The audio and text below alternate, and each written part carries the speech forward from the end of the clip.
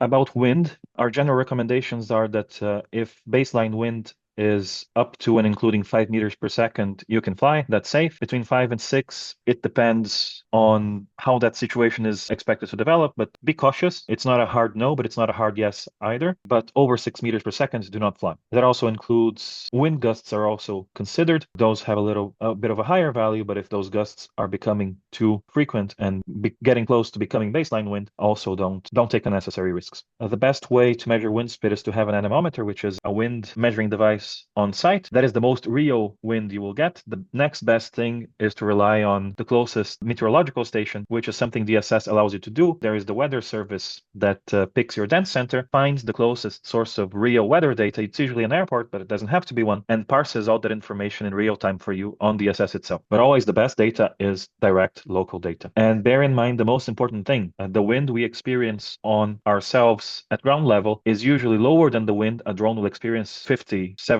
100 meters up. That is the case because the closest we are to the surface of the Earth, the more friction there is, so the wind gets break. Not so the higher you go. The higher you go, the windier it gets. There are ways to estimate with height how much the wind is stronger, and usually those are what we rely upon because we can't launch an anemometer 5 meters in the air unless it's mounted on a drone, and most operators don't have the resources or know how to do that. So always expect that the wind you get on your weather app, these 5 to 6 meters per second, that is on ground level, and at higher levels, it will be faster. And each drone manufacturer has a wind resistance rating for their drones, so check that, inquire with them. That's usually documented piece of data that's listed in the data sheet of the drone. Just the fact that the drones are able to resist that wind doesn't mean they will fly properly if that wind is there. So a drone may be able to fly, but it won't be able to make the dance, and the dance will be distorted. The best is always to wait for good conditions.